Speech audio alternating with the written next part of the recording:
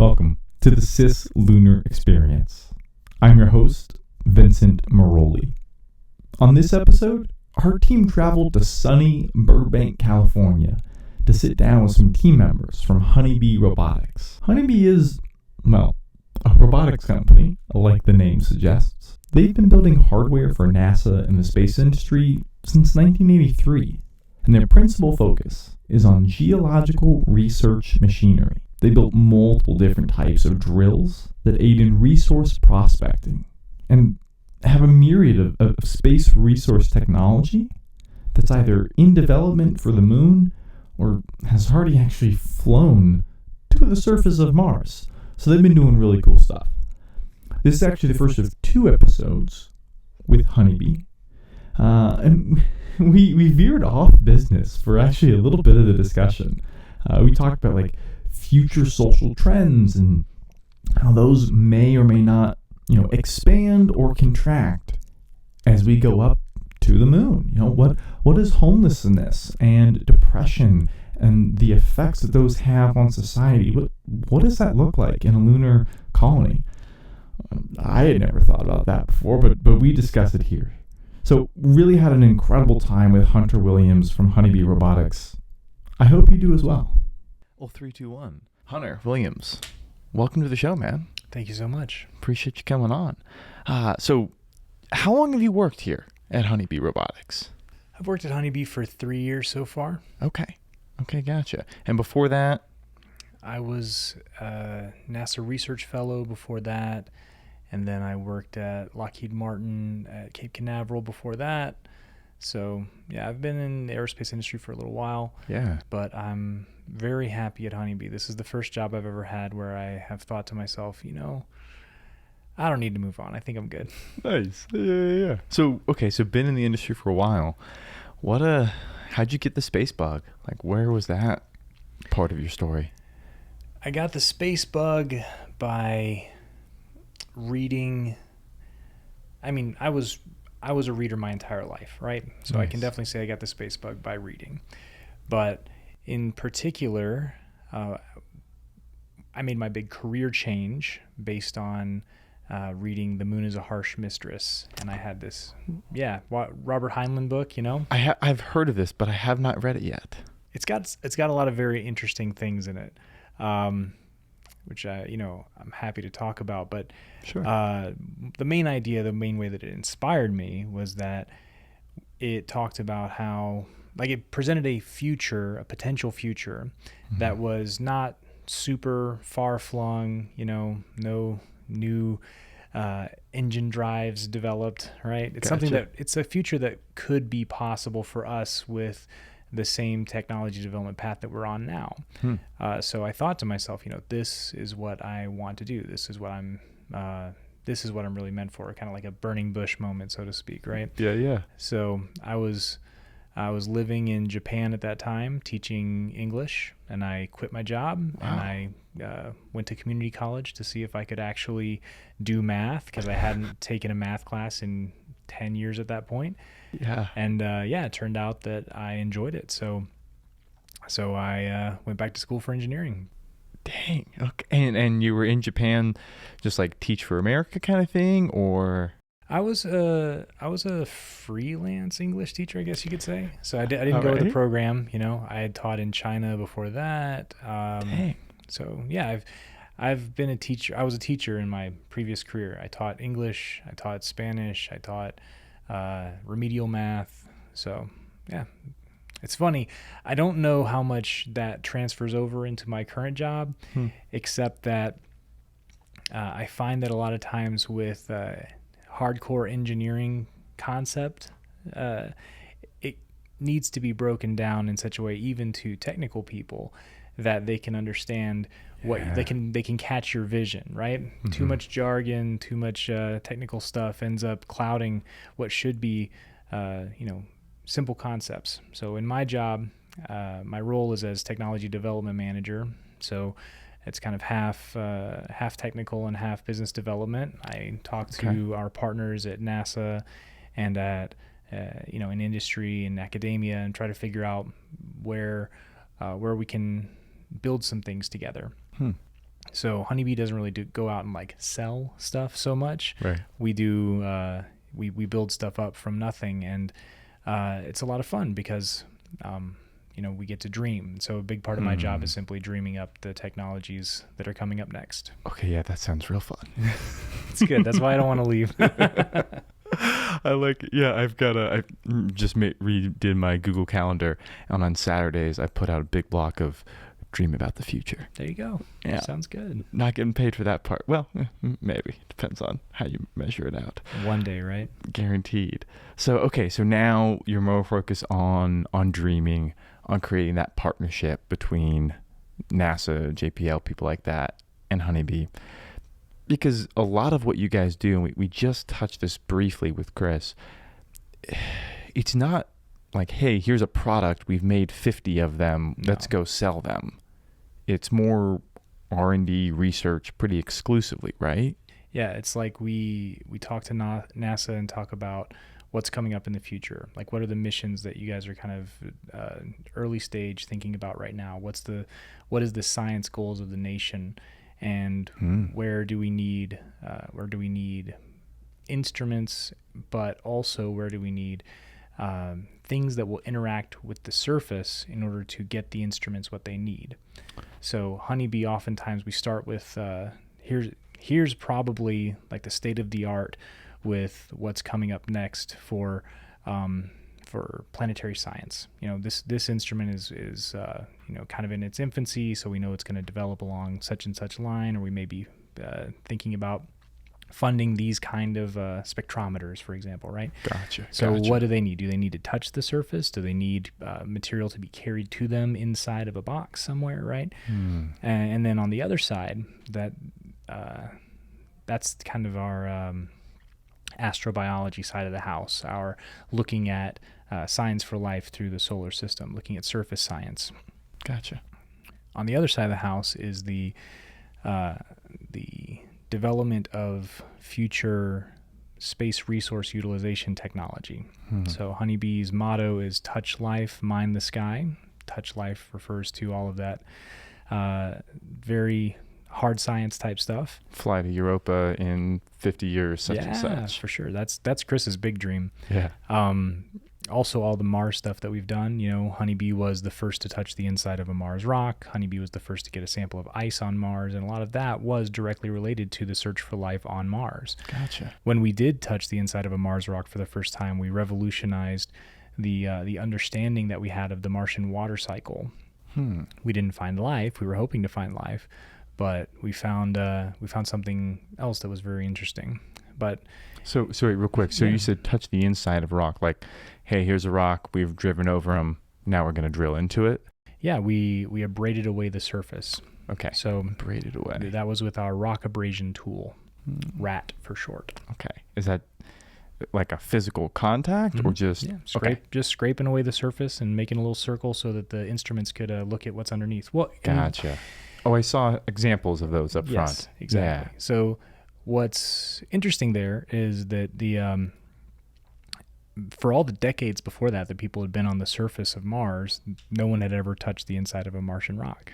And Mars having an atmosphere and having a water cycle and having a lot of radiation hit it has quite a bit of dust on the surface, right? And it also has the surfaces of all the rocks due to the radiation have gone through physical changes. It's created a patina. So between the dust and the patina, there's actually not as much interesting geological information on the surface. So that's why when we were able to get into the Mars rock, we were able to revolutionize science understanding of the of Mars geology in general. Okay. So I'm thinking patina, just like the Statue of Liberty was bronze, whatever, now it's all green. Exactly.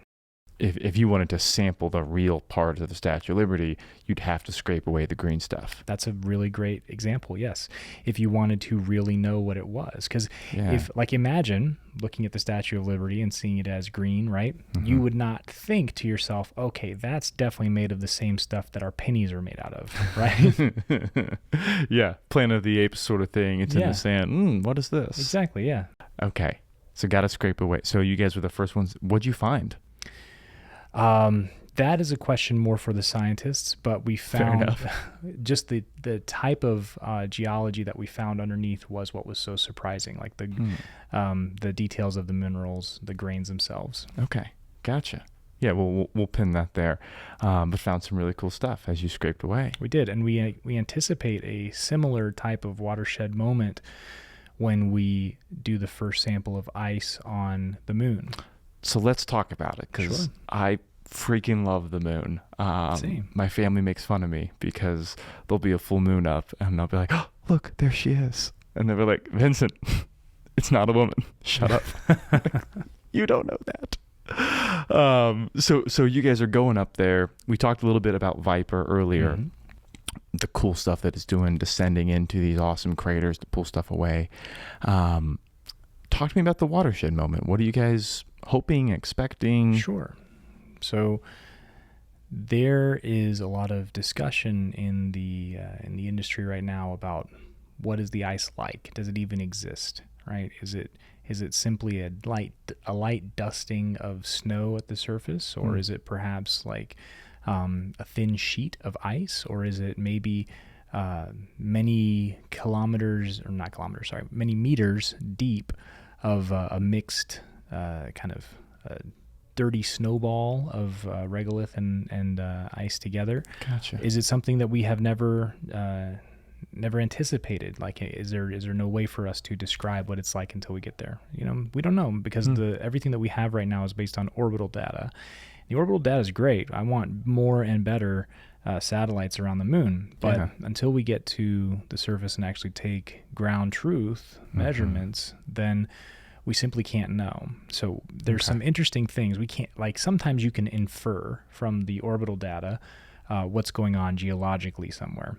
Okay. But sometimes you can't. And in the case of this lunar surface ice, you can't. One very interesting thing is, just a few years ago, they released some new maps. They put together multiple different lunar satellites data and created this very beautiful map of where ice might exist on the moon. The guy who put that together is named CLE. So a couple of years after he put together that map, then he was at a conference and talking, and people were asking him about this lunar ice, like, how, tell us a little bit about it. And he said, one thing that we've realized recently is that it's patchy, and so just saying that, just the fact that he said that it is patchily distributed, it's not evenly distributed. Yeah. Everybody in the room was suddenly like you could look around the room and see how taken aback everybody was, because and the wheels started turning about what that means. Like, how did the ice get there? How does that change how we understand how the ice gets there? Room full of scientists and engineers suddenly thinking about the implications. So that happens all the time in science. There's never anything that is like really fully 100% we know this, right? Sure. We are updating our understanding, and revolutions happen all the time. So we are very excited to be a part of the revolutionizing of the understanding of the water cycle on the moon. Fair enough. Yeah, that'll be an exciting time. So yeah, we know that it's in different patches. I had a professor at the Colorado School of Mines that I've just interacted with him. I haven't taken his classes yet, but Kevin Cannon, he's got all these really detailed theories about what the different ice strata can look like. Yeah. I know he'll be watching with bated breath when we discover what are the depths, what is the slurry mix. Oh yeah, Dr. Cannon is fantastic. I knew Dr. Cannon when he was at UCF. I'm a graduate of UCF myself. Yeah, if you ever get a chance, he put out an image once. I think right when he got to Colorado School of Mines, he put out an image of like all the different possibilities of how ice and regolith could be like connected, as in like maybe it's like they're glued together, or maybe it's like they're kind of dustily. You've seen that image. I think I did over at the Space Resources, like next to each other, glued. Right. Something else. All kinds of different ways that they could be touching, and how that would, the implications that would have for the distribution. And I think it's a great image because it really shows clearly some of this kind of convoluted thing that I'm talking about, of how we really don't know what the ice is like. Just those small changes in how things are stuck together on the granular level propagate to very large changes in geotechnical properties. Gotcha. So one of the things in there is, hopefully the ice is distributed in a way that it doesn't take insane amounts of power, and we can collect it and we can shake it out and distribute it decently easily. That would be great. Mm-hmm. Maybe that's the case. Maybe it's not. We don't know. Regardless, the moon's going to need power. Yes. Honeybee has some plans for that. Yes. What are those plans? We've been working on a vertical solar array for a little while.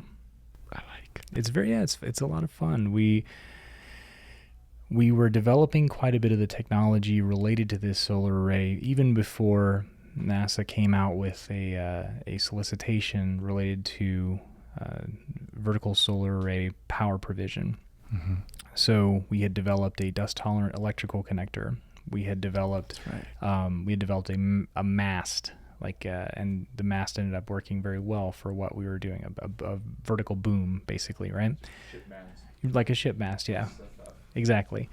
We partnered with a company called Empower Technology, and they had been working on the solar panels for quite a long time, specifically looking at ways of making solar panels that were more flexible and lighter weight than things that had been shipped up before, without requiring very exotic chemistries for the solar panel. Nice. So it's a fantastic partnership, because all of the mechanism work that Honeybee had done in advance, plus all of the solar panel design work that Empower done in advance, came together to where we could actually compete with some of the much larger players in the field. So we're competing against Lockheed, Boeing. There are other groups that also won this Lunar Vertical Solar Array challenge. So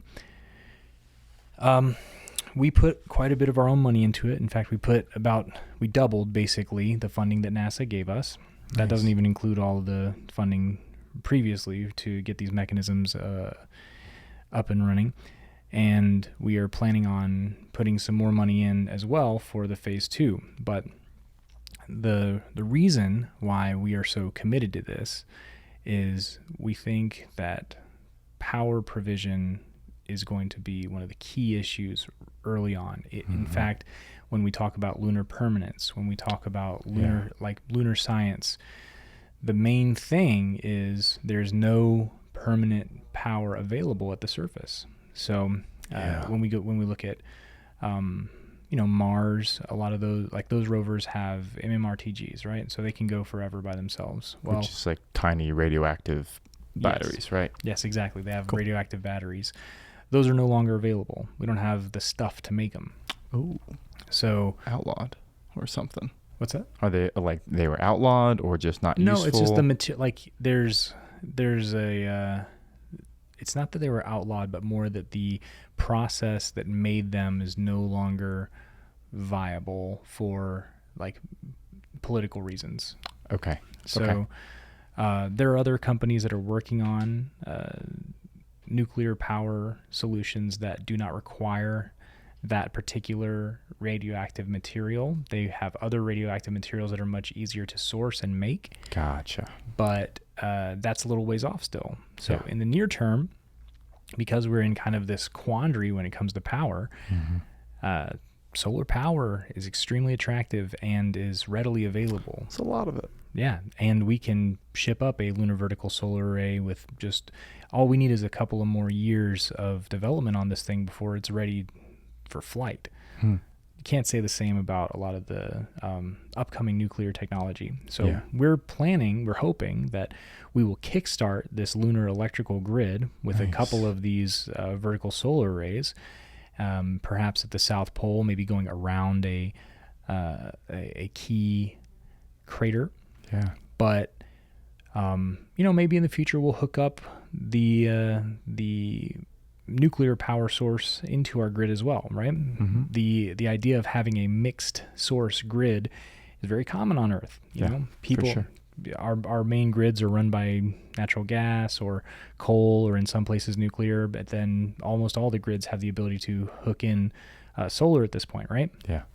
So we have a model for doing that kind of grid growth, and it's very exciting because once we have the first couple of solar panels put together, the first couple of vertical solar arrays connected, then we will be able to guarantee people that there will be power available. And then all of a sudden, mission planners can do just 100 times more than they could right now. Right now, they're limited to 1 month of operation tops, basically. Because then they freeze. Right?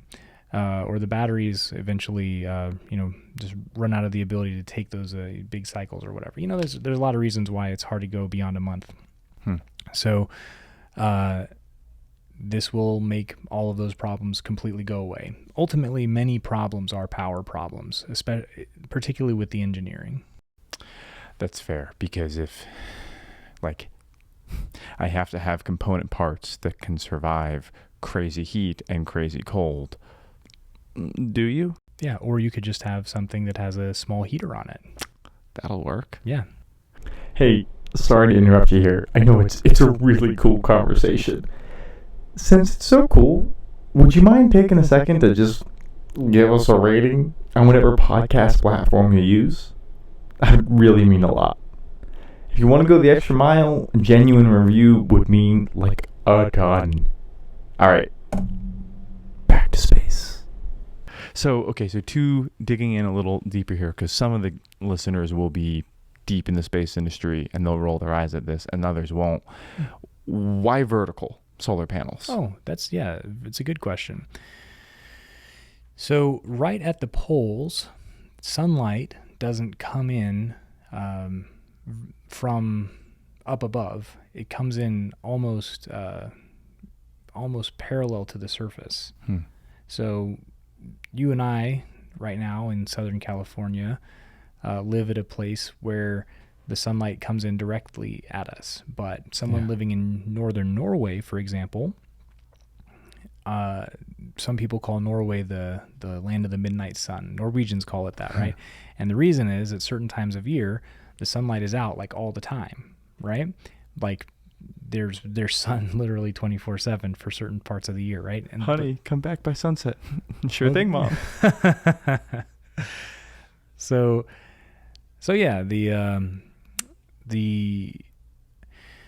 sunlight at that time of year, when it is the land of the midnight sun, the sun kind of travels along the horizon. It doesn't go over. There is no high noon at that time of year. It's a kind of it's a different way of thinking about the sunlight. But another way of thinking about it is sun is big, moon is small, right? Okay. So the light that is coming from the sun, if it's coming straight out, then you just have to reach above the height of the local terrain to grab that sunlight that is passing overhead. Fair, because it's shining everywhere. Right. Okay. All right. So a little vertical, get up there past the tallest hill. And if you're on a tall hill, that'll work. Exactly. Or on top of a spacecraft or on top of a habitat. Gotcha. Okay. And then other question there, you said the other company that's been working on these solar panels that are really thin and flexible, and what was their name again? Empower. You said that they have simple chemistry. What's the chemistry in just those solar panels outside in California? The same chemistry. So okay. What a lot of people have worked on for space solar panels is the kind of advanced complex chemistry.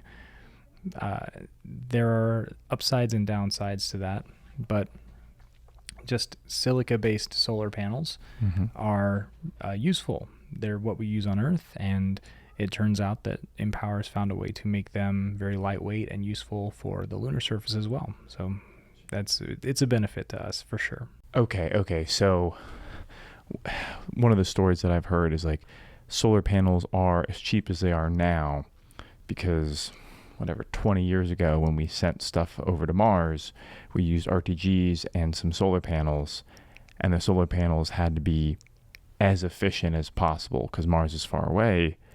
So it didn't matter if they cost $1 billion. And so those had, I'm guessing, really complex chemistry to get more of the light. Possibly, yeah. Whereas the ones outside and the ones going up there, it's 15, 20% efficiency. That's fine with me. Yep. At beginning of life, something like 20% efficiency is more than good for us. Okay, gotcha. So simple. Okay, so if it's just silicon based, you guys aren't trying to extract large volumes of resources and become those industrialists, I don't think. Maybe. But theoretically, if it's just pretty much silicon based, there's a lot of silicon up on the moon. Sure. But it's interesting. I don't, talking about industry on the lunar surface. Yeah. I don't foresee a future where there are industrialists extracting large amounts of resources whatsoever. The truth is, I think we're going to be living off the land, and that we will reach capacity for how much can be used versus how much we can extract pretty rapidly. So I don't know if there's ever going to be no one's going to be treating the moon like we treat the Earth. And in fact, I think a lot of the Native American people who practice kind of living off the land now, we can work with and should work with and should model a lot of our techniques and our behavior when it comes to the moon based on what they've been doing for thousands of years, because they sustainably used resources for a long time and grew populations without causing, there have been huge cascading effects through history, but in general, there have not been, especially compared to modern society and environmental catastrophes, right? So these methods of using enough to survive, using enough to do what you need to do, and not using any more are going to be very useful on the moon. Okay, but to play devil's advocate, right? The resource consumption that humans have been using has been increasing dramatically over the past X number of years, and standard of living has been increasing. And we like that as humans. And so for example, right, it's 2/3 of the earth has, access to cell phones, but no connection to the internet. And as infrastructure builds up, we get air conditioning in different places. We get tablets and whatever. People in countries that don't have access to an iPad or whatever, they're going to want that. So does that fall under just something that I need or something that I want? I guess I'm just confused on. Well, it's okay. It's an interesting question. I think when we talk about what is available and what is needed, right? Yeah. There are a lot of places on Earth that have food shortages, that have a lack of nutritious food. Yeah. There are places on Earth that have people working, 80 hours a week to survive. And one of those places is the United States.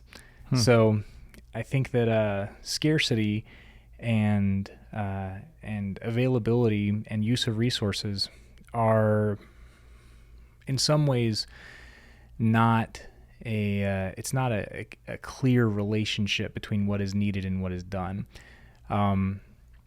We use more resources than, you talked about some of the developing nations, for example. Sure. The United States, the average person on the United States uses something like 10 times or has 10 times the carbon footprint of the average person in the developing world, right? But what's interesting is if you look at the top 1% of the United States, their carbon footprint is significantly higher, right? Sure. So the averages kind of, sometimes they don't always tell the true story, right? So I actually do think that the amount of resources that are required to be used are significantly lower than what our history would tell us, because sometimes our history is confused by conflating the uses of the resource uses of the average person with the resource uses of the top 1%. Okay. All right. Yeah, that's fair. because private jets pollute plane travel in general pollutes a lot. But a private jet every day, yeah. Well, yeah, and it's a 747 divided by 300 passengers. Right. Divided by 4. Right. Yeah. It's a different thing, right? Yeah. And also like looking at things like military, right? Sure. The U.S. military is also factored into the pollution numbers for the average person. Okay, so there's not going to need to be a military on the moon. Hopefully. Well, there doesn't need to be a military on the moon. Fair. Well said. I think so. Like things like that are generally unnecessary can be completely taken out of the equation. The amount of resources that we will use will be related to two things: sustaining life and then traveling further. Okay. That's what we need, right? Okay. There may be rare earth element mining operations or gold mining operations. Yeah. Because there's gold on the surface of the moon. In some places, it's in higher weight percentages, higher ore grade, as it's called, than even gold mines on Earth. Wow. Not everywhere on the lunar surface, of course, but in certain places, yeah. I can shovel. I can panhandle for gold. You can go pan for gold on the moon, yeah. So who knows? Okay. We may do some kind of mining operations. It may become economical, but if we do that, it better look. I mean, by necessity, it's going to look different. correct, and it's gonna look better than any mine ever built on the lunar surface. I mean, on the surface of the Earth. Yeah. Yeah. Talking about like, for example, rare earth elements, right? Yeah. So on the moon, we're not going to need to dig meters and meters deep. We're going to be able to we're going to be able to mine just certain areas that have definite, obvious concentrations of rare earth elements, right? Now, in the past, for example, thinking about like how artesian gold mines worked, right? People used to just kind of pan gold out of rivers. They would get gold from the top surface, couple of meters from the Earth. Maybe they would go down a little bit deeper, but like it didn't really get down into the depths of like multiple kilometer deep mines, right? Yeah. So I think that on the moon, it's going to be much more like it was before on the Earth than like it is now. We will not need to destroy the surface of the moon to get what we need. Gotcha. And probably like if there was just the moon, then we would reach a point when we would want to go a kilometer down to get those resources. But the benefit of getting to the moon is you're already out of Earth's gravity well, mostly, kind of. You've gone a long ways. You've gone a really long ways. And why scar up the surface of the moon and go really deep when, hey, look, there's asteroids out there that just have boatloads of resources. Right. The moon is a jump off point. Exactly. It's a way for the moon is a place for us to learn how to treat each other better. It's a way for us to learn how to survive in deep space. Yeah.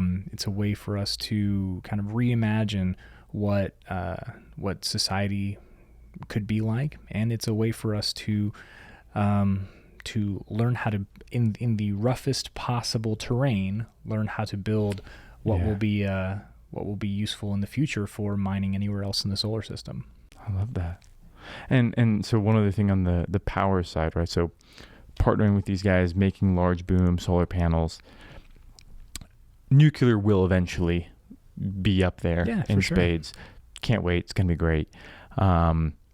Talk to me about the power connectors that you guys have designed, because the moon is a harsh mistress. Yeah. She dusty. It's very dusty. It is dusty. And the dust is not normal dust either, right? Yeah. It's made from micrometeoroid impacts. And so as a result, it's very jagged, and it can get down to very small particle size distribution. So that means it gets everywhere. Tiny stuff just slips into every crack. So we built something where we have a self-healing membrane that the pins pass through, and as a result, when the two sides of the connector come together and the pins pass through the two sides of the self-healing membrane, the dust is completely wiped away. So it can be dunked into dust and connected, and it will still work. And we have made this freely available to the public. We are releasing this design. We've got it under a Creative Commons license now. So, what does that mean? Creative Commons. Creative Commons license is a kind of license that basically the one that we have released under says, like, you can use this for free. You do not have to pay Honeybee to use this design.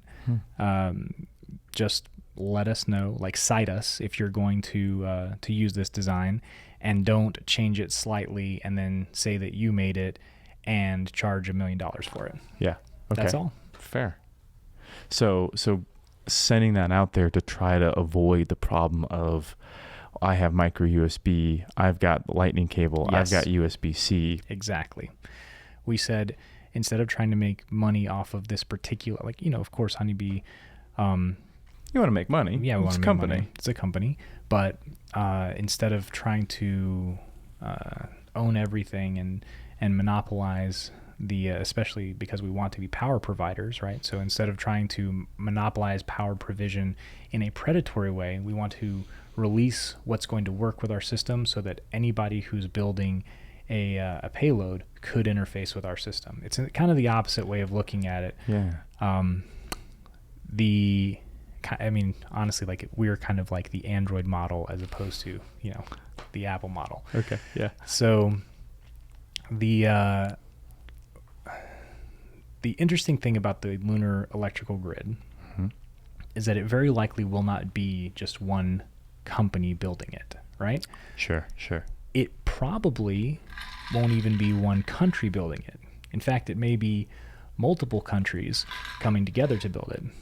In fact, this is not a new idea of us coming together to build grand infrastructure as one human race. Yeah. In space. ISS was built by multiple countries, sure. of course, but also even Apollo, they considered for a while putting up a UN flag instead of a US flag as the first flag on the moon. So this idea of the Interesting. outer space being the shared heritage of man is a common one. It's one that has history throughout even our own space program. Yeah. Well, and there's even legacy of different countries cooperating on power. Like, so especially if you look at, like, the European Union, Yes. their 2050 plans are, let's have massive connectors between us. Hey, Denmark and you guys are really good at stored hydro, pump water up a mountain cliff when it's cheap power, when it's expensive power, release all the water down. Sweet. Spain, you do solar, and France, please keep doing nuclear, such and such. And then they just sell but power between those. So kind of a similar framework of, let's just lay down the pipes and exchange power between countries and companies, I guess. Yeah, right. Okay. Exactly. Yeah, it's as we look towards space expansion, and I am a fan, I'm a believer of the industrialization of the moon. I do want that to happen. It can be done in A sustainable way. in a sustainable way, in a way that doesn't scar Yeah. the surface of the moon.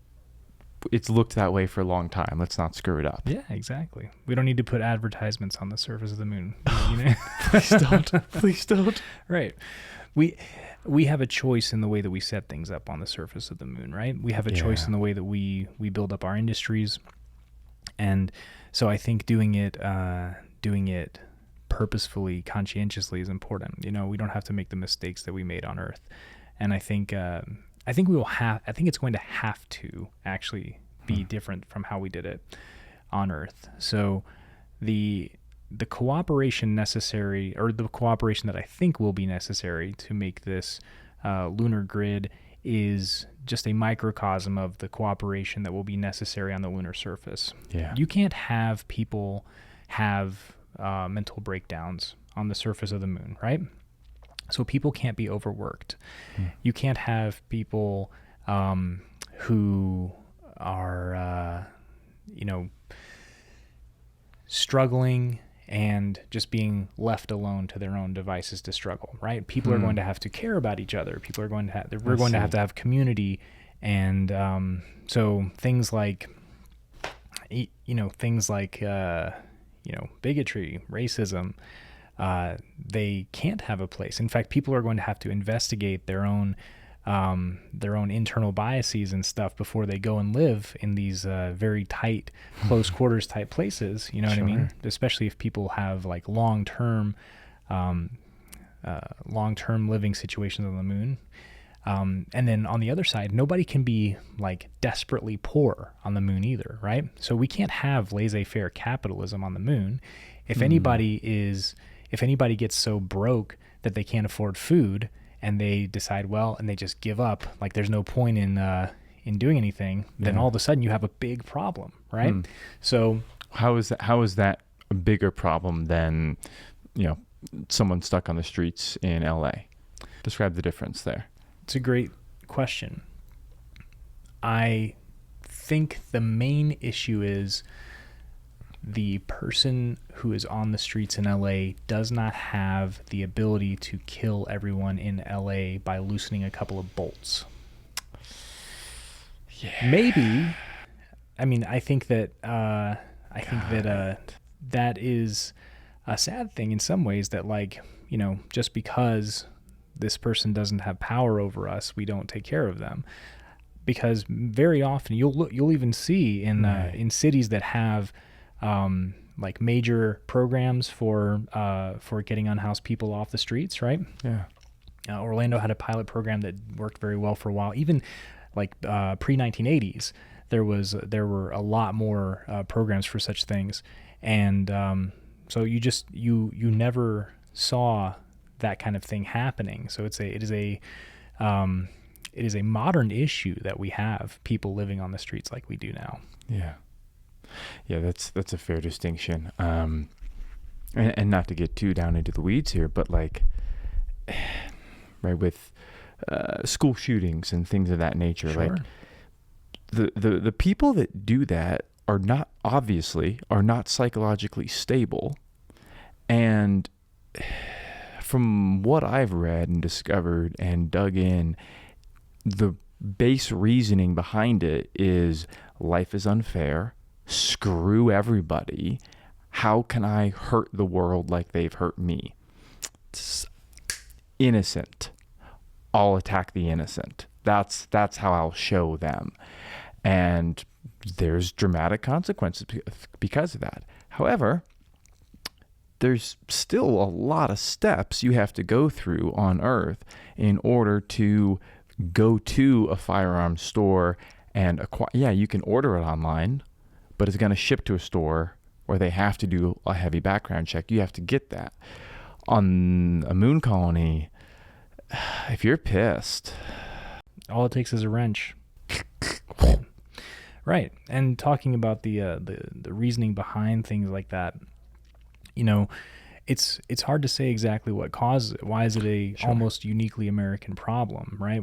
And like, what is it in American culture versus other cultures that drives this issue? Yeah. So I think that one of the first things we have to do whenever we do have permanent lunar colonies, but I think especially permanent Martian colonies where there cannot be back and forth, right? You're stuck for at least a year, maybe longer. And that's if you want to go home immediately. There, you very well may be stuck for 5 years, right? Or longer on the Martian surface if we do that.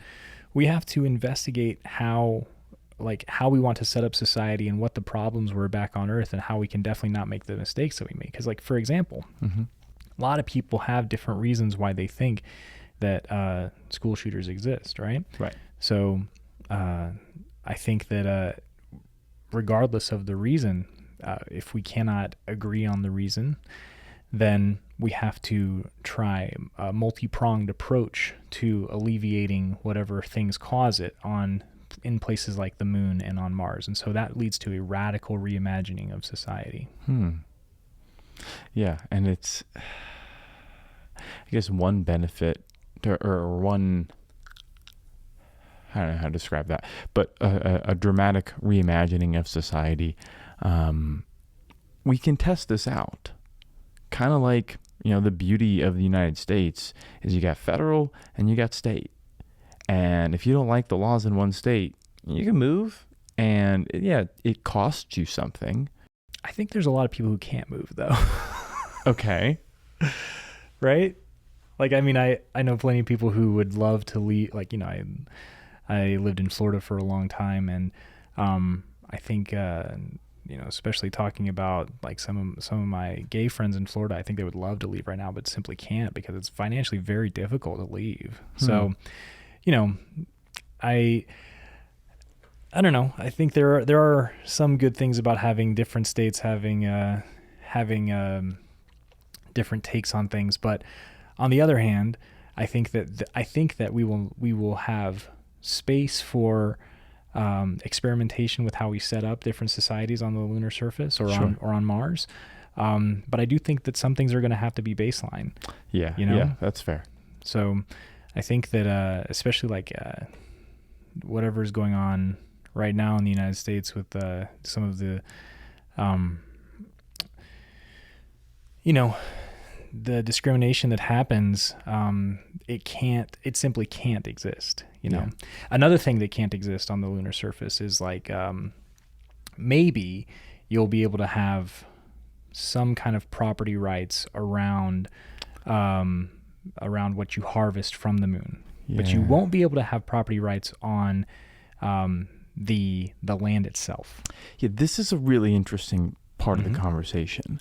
Because that's the way the legislation is currently written. Correct. And there's very few space lawyers out there. There's more coming into it. And we know that there's parts of the legislation. It's like, all right, that's not applicable to 10,000 people living on the moon. I guess I don't know what the future holds there. Obviously, I'm not a prophet. But the idea of you can only own the resources, you can't own the physical land, that's going to be a mind trip for a lot of different people. Certainly. And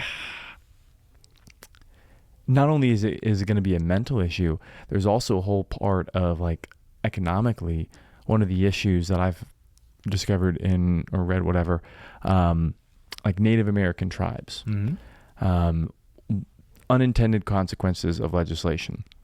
Hey, federal government says we want to protect this land so that it's yours and so that no one else can come and take more of it because you're already reduced down to such and such.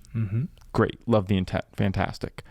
The result of some of that legislation is it's very, very difficult for local tribe leaders, tribe people living there to own the property, because it's a collective property owning. And because they can't own the property, if they go to a bank and they say, hey, I want to get a loan to build a house here. Well, what do you own? I don't own the land. And it's a big issue. And there isn't that huge leverage tool that the rest of the United States has to create at least middle-class wealth with a home, because they don't have the leverage of I own this property. That's actually a very interesting thing, though. On the other side, what that shows is that the banking system is not made for collective ownership, right? No. So if we don't change the laws, which I hope that we don't, I hope that we keep land ownership out of outer space. But if we don't change the laws, then financial institutions are going to have to figure out how to do that, like how to mitigate their own financial risk, even when there is no land ownership. One of the things that we have to think about is, especially in the beginning, you send a group of 50 people, right? Okay. Everybody's got a job, right? Yeah. At what point do you get where everybody's making enough surplus where you could have a psychologist or a psychiatrist? At what point do you have enough surplus where you have dedicated medical staff? You go on and on. How many people do you think are necessary in a habitat to require a real estate agent? you know, Okay, fair. a corporate lawyer, right? So I think that quite a bit of that is going to be, handled on Earth, of course. Yeah. But my personal opinion is that a lot of the things that we have in society now simply are not going to be necessary on the surface, and that it's a good thing. Oh, yeah, and we go to make it happen. Right. Yeah, it's fun to theorize. It's fun to imagine what that future is going to hold, and it's even more fun because we're actually going to see it. I hope so. I certainly do. We're building towards it, at least.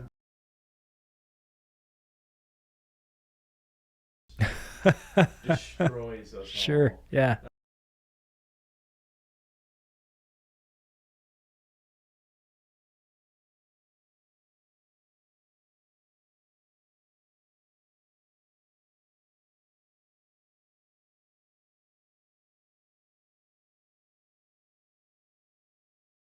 At least for now, certainly.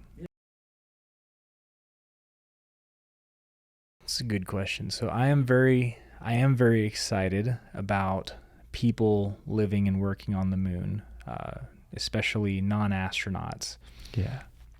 I'm excited about the potential for someone such as myself to be able to live and work in a place where the engineering matters, where everybody's helping one another, where there's no cops. There's just so many good things about living and working on the moon. No popo. Yeah, no popo. Beyond that, I am very excited about the technological paths that I see laid out by NASA. At the Lunar Surface Innovation Consortium, they showed what is on the critical path for Artemis, and what their envisioned futures are. So including, oxygen production for propellant, water harvesting for a number of different things, from human use to propellant to cooling. There's so many uses for water. It's radiation shielding for the trip out to Mars. There's just so many different things. So I'm very excited about all the different technical avenues that open up for that, just with the extraction of oxygen and water. But beyond that, talking about the metal production on the moon, being able to do in-space manufacturing, being able to harvest our metals and build satellites and build huge structures, big spindly structures that we could never build on Earth because they could never survive launch, right? Yeah. There's just so many things that you start to think about, and mission planners just can go crazy with, because there's this never been possible before. I want to live long enough so that I can see, like, for example, when we have almost like very cheaply sourced propellant that is very clean from the surface. Hydrogen and oxygen is about the cleanest propellant you can get, right? Yeah. So when we have vehicles that are built around hydrogen and oxygen sourced from lunar water, then where do we go? Do we start venturing out into the asteroid belt? Do we build a habitat on Mars? Do we start looking at places we've never looked before, like Mercury? Sure. I am very excited to see that. So, of course, the near-term stuff of setting up this lunar grid, getting the first group of people on, maybe even myself one day being one of the people who could work on the moon, that's extraordinarily exciting. Yeah. But living long enough to see people really start to dream about what we can do in the solar system to truly spread and become not just a two-planet species, but maybe even considering beyond that is, I think, it's incredible that that NASA has like caught this bug and has caught the vision that we could do this thing. I love it. I love it. And it's been an exciting shift that NASA has taken over the past 10, 15 years of we'll just be the vision casters, and we'll take our money, most of it, some of it, and say, hey, we want to be able to do this. Who can we pay? I like that model a lot more than the previous of we will build all these different components. Yeah. Seems far more sustainable for space exploration because private industry does good stuff. And one of the interesting things is the NASA, as it is set up, is such that what they really do best is having great ideas and then pointing the money gun at people to develop these ideas, right? Yeah. And that's a great thing. You can, because I think, if you look at Apollo, the government can do some, do it itself and do it fine. But but I think that the way that NASA is structured now is that its skill set, its workforce's skill set is really in that dreaming big and pointing the money gun. So I think that one of the issues in the recent past has been dreaming big and then pointing the money gun back at themselves, right? Yup. So the fact that NASA is kind of looking at other opportunities and considering what is more efficient is fantastic to me. And I'm just glad that NASA hasn't lost its ability to dream big as well, Yeah. So, but they got the money, right? Taxes make a lot of money, but having vision is something that is irreplaceable in some ways. I love it. Final closing thought. Do you have any space tattoos? I have entropy. Okay, that's what that is. Yeah. I've been looking at like that out of the corner of my eye. I'm not sure if it can show. Second law of thermodynamics right here. Yes, exactly. Nice. Things fall apart. The center cannot hold. Okay. All right. I've got one tattooed of just a phrase, but don't have any space things on me yet. Well, there's a new generation in space, right? It's very. I don't know if you ever seen that movie Hidden Figures. Yeah. It's a great movie. Very good. But I just I love the fact that they these women of color who used to get treated as furniture who were actually vital to the mission. So there was no reason for them to be treated like that. They were actually really important, but they got treated so bad, right? Mm-hmm. And then to look at how they're NASA has recognized that diversity is important, that a diverse workforce works better. And so I am a cisgendered white man. So I'm not the most diverse person on earth at all, but the fact that even people who look like me and people who have some tattoos, for some people that's it's I got tattoos and I can work at NASA, so edgy. Yeah, right. But I'm happy that both people like me as well as people who actually have some diversity, are able to work in lockstep with me on these future visions. Doesn't have to be just a club for cisgendered white guys anymore. For sure. And there's diversity of a lot of different kinds, right? There's diversity of thought, diversity of opinion. I feel like we've in this country over the past however many years, we've all isolated. And the red people hang out with the red people, and the blue people hang out with the blue people, and the four green people just hang out and talk about how they can never get their person in office. And it's that diversity is really important too. Well, one of the reasons why I bring up the diversity, not over important. Sure. But just the reason I bring up the other kind of diversity is that at NASA in the 60s, you would find red people, blue people, right? Sure, back then. But the idea of a female deputy administrator of NASA, right? Wasn't going to happen in the 60s, right? Yeah. So certain, I guess I should say that the diversity is good for having a healthier space program, but also that the more of these barriers that we break down, the more of the kind of bigotry of the past that we release, the stronger our workforce and the more. You know what? I'm going to share one story real quick, please.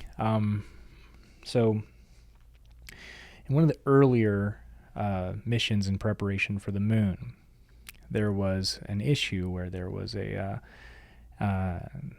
they were using a pure oxygen environment, right? Mm-hmm. And the door swung inward, right? So when there was a problem and the I think it was Velcro or something caught fire, because in air, in atmospheric conditions where there's nitrogen, mm-hmm. it doesn't catch fire, it just smolders. But in pure oxygen, it explodes, right?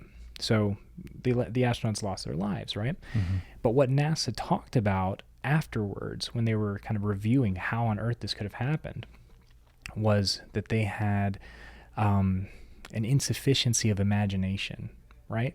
That there was a problem on the rise, that they as a group, when they had their own moment of coming together to review, that insufficiency of imagination of what could happen was a part of the problem. That's a good phrase. Right. Yeah. So I think that another insufficiency of imagination that has been a problem in the past has been the insufficiency of imagination of the benefit that you get when you have all of these different kinds of people, these previously completely shut out people from different marginalized groups coming together to work on stuff. These perspectives are valuable, right? And so yeah, I think that we will, just like when NASA came together after this horrific event and made a rededication to more practical imagination, toughness and all kinds of really important changes in the way that they did business. Then I think we're on the verge of another new, big, important change in the way that we do business now. I like it. And yeah, we are, this nation is a melting pot. Mm-hmm. And when we are the most melted of the pot, we're better for it. For sure. And we come up with brilliant ideas. And the countries out there that are the size of Rhode Island and everyone looks the exact same, they're not as innovative. They just aren't. And there's probably a lot of reasons to that, but I do not doubt that one of them is we got people from freaking everywhere here. Mm-hmm. And that's a massive strength. Certainly. So I love the, have you seen the show The Expanse? Yeah, I read the books too. Nice. Yeah, really good books. I got I think I did the first 2 or 3. I didn't finish the series. Chris on here before was talking about how when humans go to Mars and they live there, they will be Martians. Yes. And their biology will change. Truth. And the books go into a little bit more detail of they use some special word of it's basically it's race. It was Belters. Well, yeah, the concept of just others, and we are the Belters, and we are the others, and we are Martians, and it's so interesting to me because they addressed racism in such an interesting way because there's blatant racism in that show, but the color or creed has zero input. It's where are you physically from? Mm-hmm. How much gravity did you have growing up? And there's guys on Mars that are black, brown, purple, yellow, green, whatever, everything. But they are just very racist against the tall, skinny people that live in the belt. I looked at that and I watched that show. I was like, well, I hope that's not how it happens. I think one of the main things that the Expanse shows is that it's a science fiction does this very well, right? Where you take existing problems and spacify it in order to comment on it, right? Yep.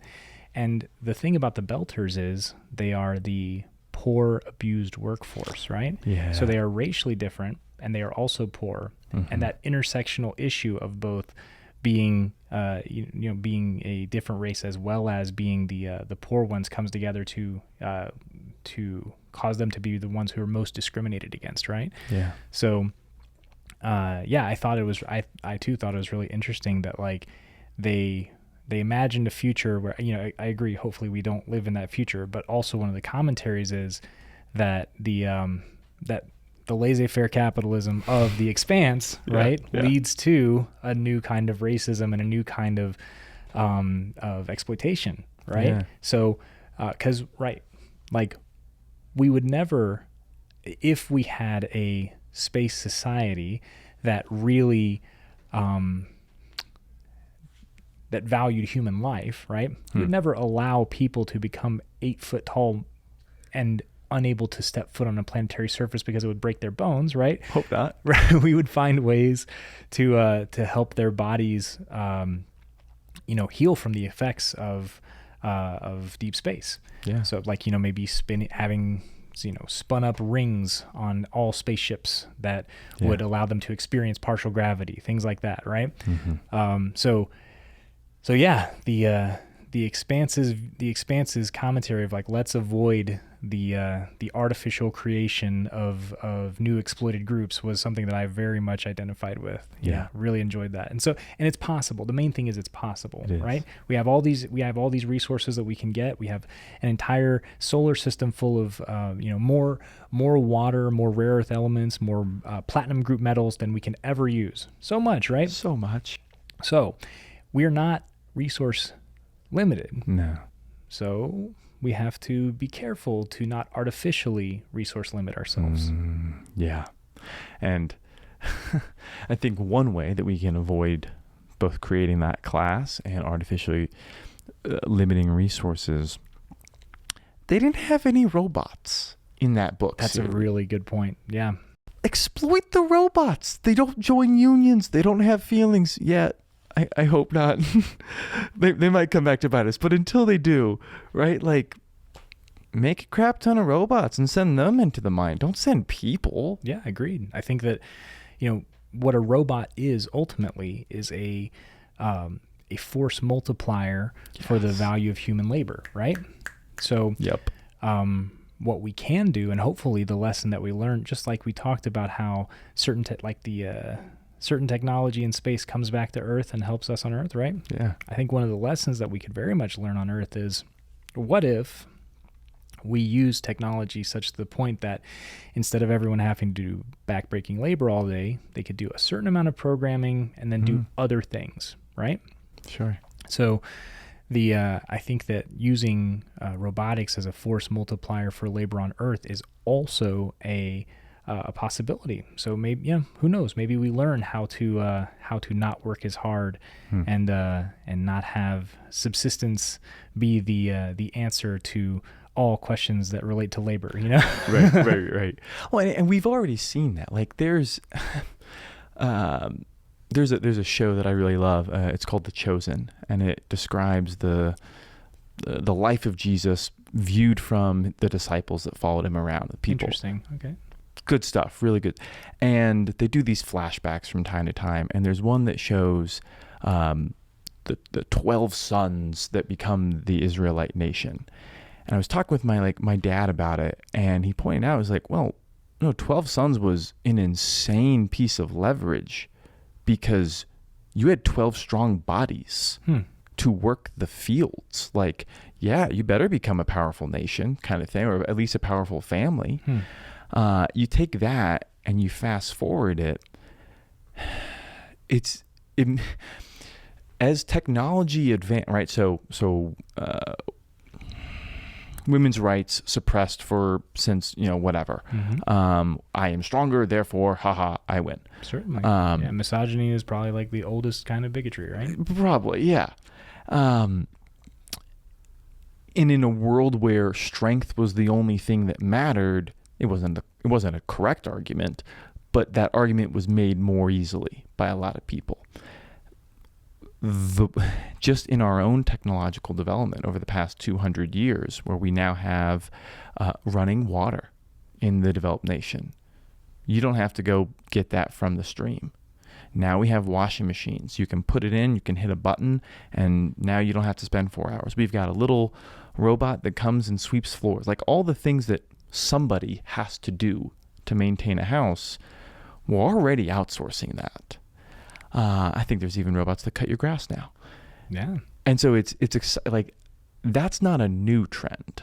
It's a trend that's allowed all of humanity to spend more time doing the creative, just fun things that they enjoy, instead of just, I'm washing clothes.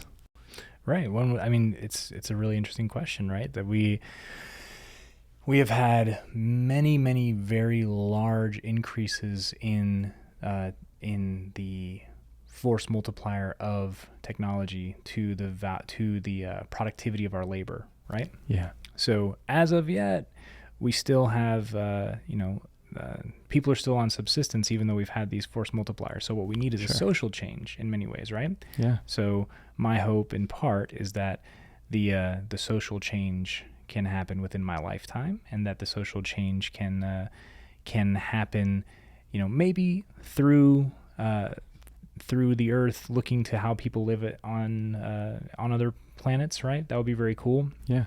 But one thing I know that we can't do is we cannot put the screws to people as they work on the lunar surface in the way that we do on Earth, because the consequences are just simply too high for that. Yeah. The example of like right now, you have to be really well trained, but a deep sea underwater welder. Yeah. Where these guys live in a submerged submarine for 3-5 months at a time. They make $300K in 4 or 5 months, but they're in a tiny submarine with 2 other people. Their life is hell, and it's crazy dangerous. Right. You have to depend on your colleagues there, right? Yeah. Truly. And it's life or death to depend on your colleagues. That's how it's going to be on the moon. Yeah. That's exciting. Yeah, it's fun to think about for sure. Fun.